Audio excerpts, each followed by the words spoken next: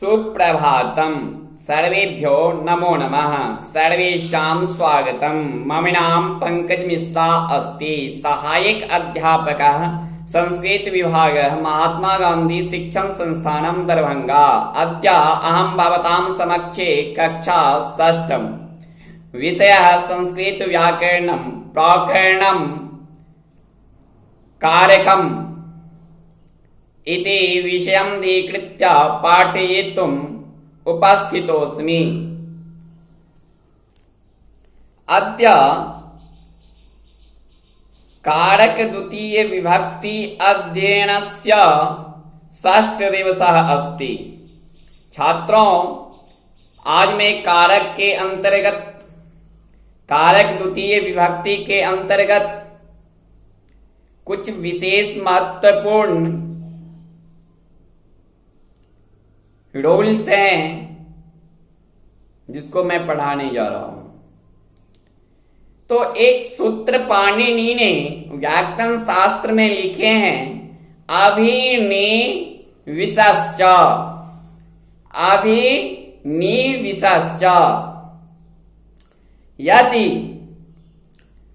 अभी इस सूत्र का कहने का तात्पर्य है जो अभी और नी इस क्रम में ये दोनों ही उपसर्ग यदि विस धातु के पूर्व में आता है अर्थात आए तो आधार की कर्म संज्ञा होगी, और जब आधार की कर्म संज्ञा होगी तो कर्म में द्वितीय विभक्ति होगी। जैसे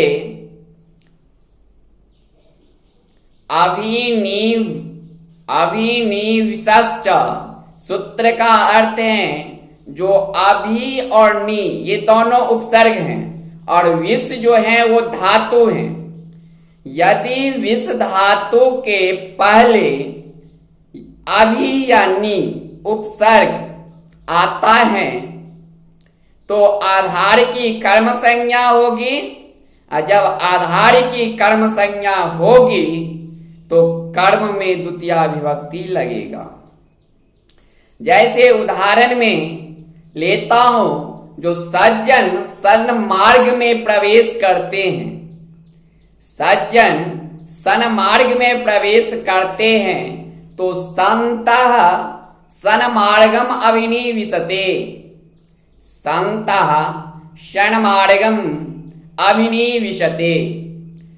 चूंकि यहां पर में सज्जन सन्मार्ग में प्रवेश करते हैं तो चूंकि सन्मार्गम जो है वो क्या है, वो एक कर्म है, वो एक प्रवेश करने का आधार है। तो प्रवेश करने का आधार क्या है, तो वो रास्ता है, वो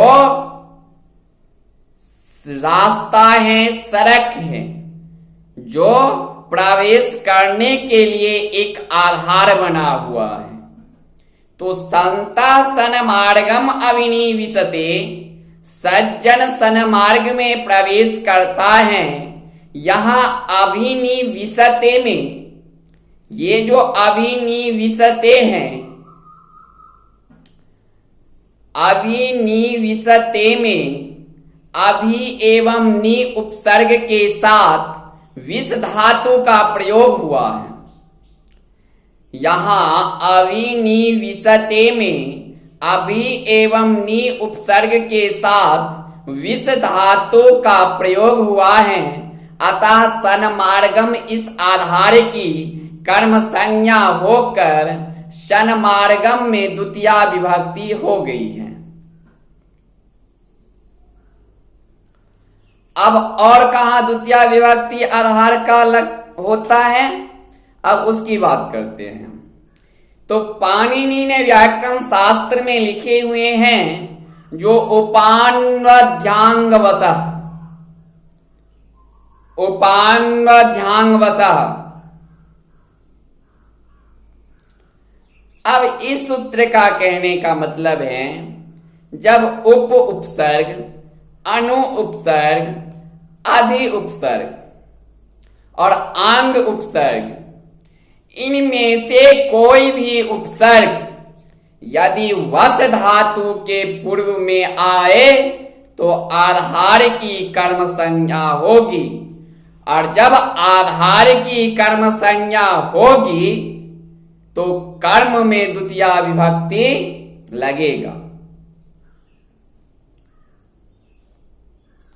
जैसे राजा नगर में रहता है, तो चूंकि हम यदि इसको कारक की दृष्टि से देखें तो राजा नगर में रहता है, यहां जो नगर शब्द कर्म है, तो कारक की दृष्टिकोण से बता रहा है कि यहां पर में अधिकरण कारक होगा और निश्चित होगा, लेकिन उस टाइम होगा जब हम राजा नगर में रहता है, जब हम बस धातु जो रहना क्रिया का बोध करवाता है और उस बस धातु के जगह पर में हम उप, आंग, अधि ये उपसर्ग हम नहीं जोड़ेंगे, तब आधार जो है उसकी कर्म संज्ञा नहीं हो करके अधिकरण कारक में प्रयुक्त होगा। हम ऐसा बोल सकते हैं, जो राजा नगरे वसती, ये वाक्य 100% राइट है, लेकिन जब हम इस तरह का वाक्य को प्रयुक्त करेंगे, जो राजा नगरम वसती, तो गलत हो जाएगा।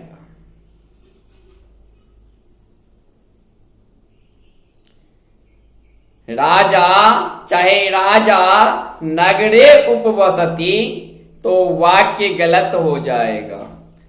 वहां पर में राजा नगरम उपवसती, राजा नगर में रहता है, जो वस धातु के साथ उप उपसर्ग जो धातु के पूर्व लगा है, इस वजह से, इस पावरफुल उपसर्ग के वजह से आधार की कर्म संज्ञा होकर कर्मणि द्वितीया से कर्म में द्वितीया विभक्ति लगा है।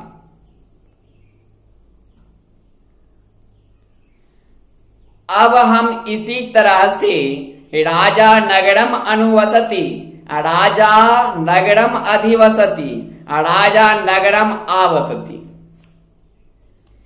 वाक्य का अर्थ एक ही निकलता है, लेकिन उपसर्ग यहां अलग अलग हैं।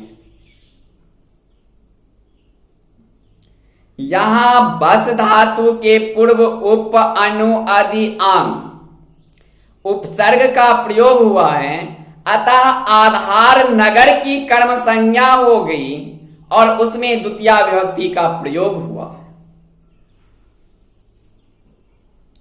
अब छात्रों, हम 7वां रूल को बारे में समझने के लिए चल रहे हैं।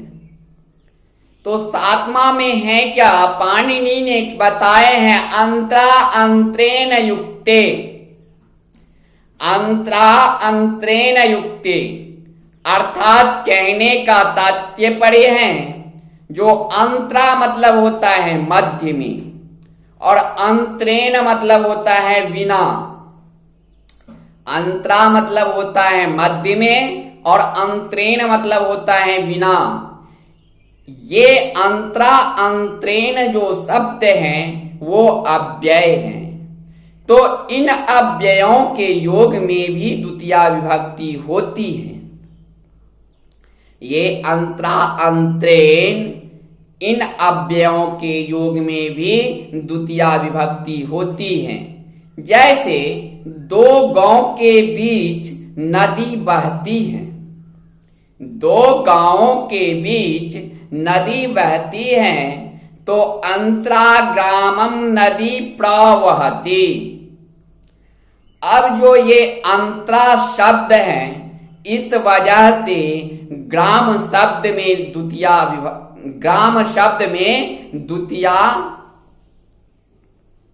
विभक्ति लगा है।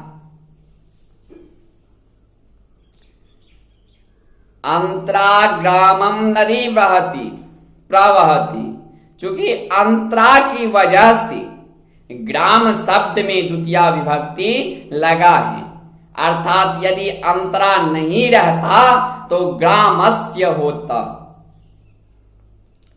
अब दूसरा सेंटेंस हम अंतरेण को लगा करके बनाते हैं, तो संस्कृत के सिवाय और कुछ नहीं जानता हूं। संस्कृत के सिवाय और कुछ नहीं जानता हूं। तो मैंने बताया हूं जो अंतरेण का प्रयोग बिना के अर्थ में होता है, तो नहीं जानता हूं और बिना, बात दोनों शब्द का अर्थ एक ही होता है। तो संस्कृत के सिवाय और कुछ नहीं जानता हूं, तो संस्कृतम अंतरेण न किमपि जानामि। संस्कृतम अंतरेण न किमपि जानामि, संस्कृत के सिवाय और कुछ नहीं जानता हूं। तो यहां जो अंतरेण शब्द का प्रयुक्त किया गया है, इस अंतरेण की वजह से जो संस्कृतम शब्द है उसमें द्वितीया विभक्ति लगाया गया है। धन्यवाद छात्रों, आज मैं यही क्लास को समापन करता हूं। नेक्स्ट क्लास में द्वितीया विभक्ति के अंतर्गत और विशेष जानकारी प्रदान करेंगे। धन्यवाद। जयतु संस्कृतम जयतु भारतम।